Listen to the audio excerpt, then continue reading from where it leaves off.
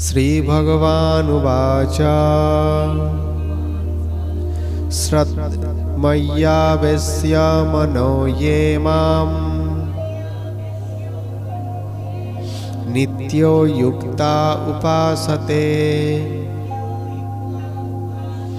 श्रद्धया परयोपेता स्ते मे युक्तो तमामतः। কি বলছেন ভগবান? তখন অর্জুনের প্রশ্নের উত্তরে ভগবান শ্রীকৃষ্ণ বললেন, আমাতে মনোনিবেশ পূর্বক নিত্য নিরন্তর ভজন ধ্যানে নিযুক্ত থেকে যে ভক্তগণ অতি শ্রদ্ধা সহকারে সগুণ পরমেশ্বর রূপী আমার উপাসনা করেন তারাই আমার মতে শ্রেষ্ঠ যোগী। অর্থাৎ যারা একটা রূপকে সামনে রেখে, ভগবানের নয় নেই বলে কিছু জিনিস নেই, যদি নেই মানে অভাব, যদি অভাবই থাকে তার কোনো কিছু, তাহলে তিনি ভগবান কি করে হতে পারেন? ভগবানের তো অভাব নেই, তাহলে নেই মানে অভাব বোঝাচ্ছে, তার মানে তার কোনো রূপ নেই মানে একটা অভাব বোঝাচ্ছে। আর যার অভাব আছে সে আর যাই হোক ভগবান হতে পারেন না। ভগবান পরিপূর্ণ, ভগবানের সব আছে, ভগবানের সব আছে, সেই জন্য তার রূপটাও থাকবে। আর সেই রূপের জন্যই তো জগৎ মোহিত, তাই না? আমরা এমন কোন ব্যক্তি আছি সংসারে যে সকলকে আকর্ষণ করতে পারে, সকলকে আকর্ষণ করতে পারে? মনুষ্য জাতিকে হয়তো আমরা সবাই আমরা রূপ দিয়ে আকর্ষণ করতে পারি, গোটা বিশ্বের লোক আমার প্রতি আকৃষ্ট হয়ে গেল এমন রূপ, কিন্তু পশু পাখি কীট পতঙ্গ তারা আকৃষ্ট হয়? হবে না। তাহলে এমন কে আছে যার প্রতি পশু পাখি কীট পতঙ্গ থেকে আরম্ভ করে সমগ্র সংসার আকৃষ্ট হয়? শ্রী চৈতন্য মহাপ্রভু যখন ঝাড়খণ্ডের বন দিয়ে যখন বৃন্দাবন যাচ্ছিলেন, তখন তার রূপে মুগ্ধ হয়েছিলেন কারা? মানুষ নয়, বনের মধ্যে থাকা বাঘ, সিংহ, বিষধর সর্প থেকে আরম্ভ করে তারা তার রূপে মোহিত হয়ে গিয়েছিল, রূপে মোহিত হয়ে গিয়েছিল।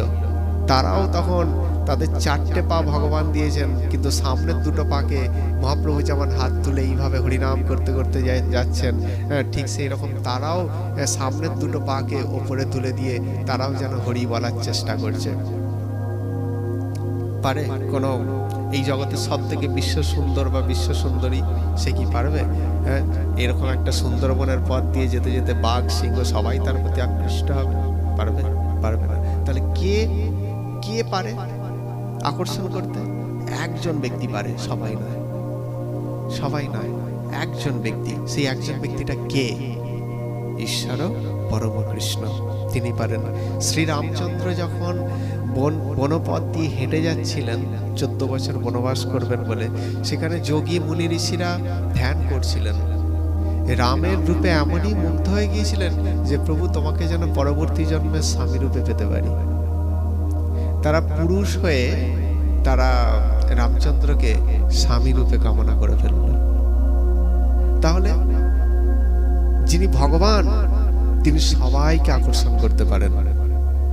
ব্রজবাসীগণ কৃষ্ণের রূপ দর্শন করে সবাই যেন সেই বাঁধ ভাঙা জলের মতো ছুটে আসছে কৃষ্ণের দিকে।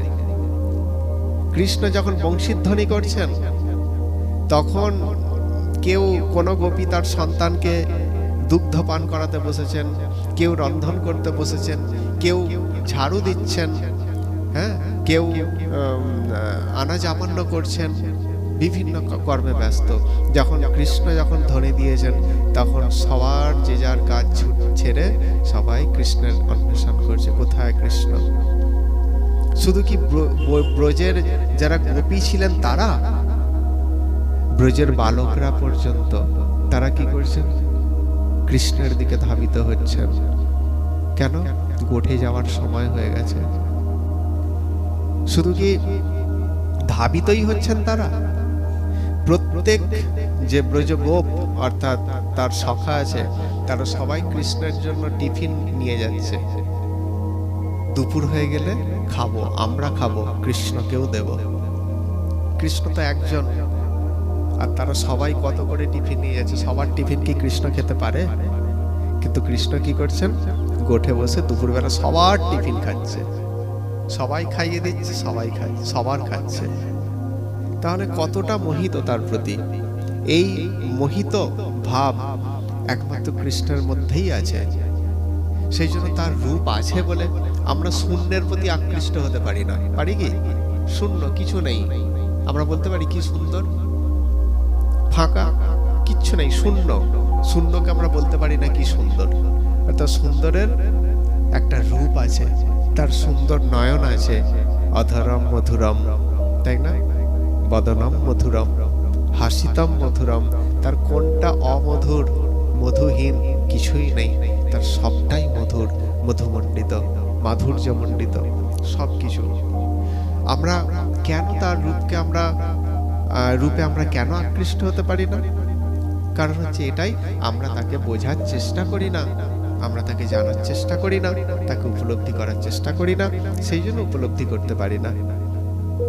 পুরীতে মহাপ্রভুর আমলের এক নারী ছিলেন, তিনি জগন্নাথকে এতটা ভালোবাসতেন যে জগন্নাথের রূপে এতটা মোহিত হয়েছিলেন যে সেই দিন পুরীতে প্রচন্ড ভিড় হয়েছিল জগন্নাথ দর্শনে। জগন্নাথের গর্ভগৃহে প্রচন্ড ভিড়, ভক্তরা সব জগন্নাথকে দর্শন করছেন, কিন্তু তিনি নারী, হাইটটা একটু শর্ট ছিল, সেই জন্য তিনি জগন্নাথকে দর্শন করতে পারছেন না। মহাপ্রভু গরুর স্তম্ভে দাঁড়িয়েছিলেন, তিনি অন্তর্যামী, তিনি জানেন আমার এক ভক্ত আমাকেই দর্শন করতে চাইছেন, অর্থাৎ জগন্নাথকে দর্শন করতে চাইছেন। তিনি সেই সময় কি করলেন, সেই রমণীকে সহযোগিতা করার জন্য তিনি প্রণাম করলেন, একে জগন্নাথকে প্রণাম করতে চাইছেন। অর্থাৎ যখনই প্রণাম করলেন, সেই নারী কি করলো, তিনি জগন্নাথকে দেখার তার এতটা ব্যাকুলতা যে তিনি মহাপ্রভুর পিঠেই পা রেখে এরকম ভাবে দেখতে আরম্ভ করলেন। সব ভক্তরা অবাক হয়ে গেলেন, এই কি করছো, কি করছো, কার পিঠে তুমি পা দিয়েছো? মহাপ্রভু গুরুগম্ভীর্য কণ্ঠে বললেন, কেউ বাধা দিও না, আমার ভক্ত আমাকে দেখবে, সে তো আমাকেই ব্যবস্থা করে দিতে হবে, তাই না? সংসারে কে ভগবত দর্শন করার সুযোগ করে দিতে পারে? দুজন পারে, এক ভক্ত মানে এক ভগবান আর তার বিশুদ্ধ ভক্ত, এই দুজন পারে।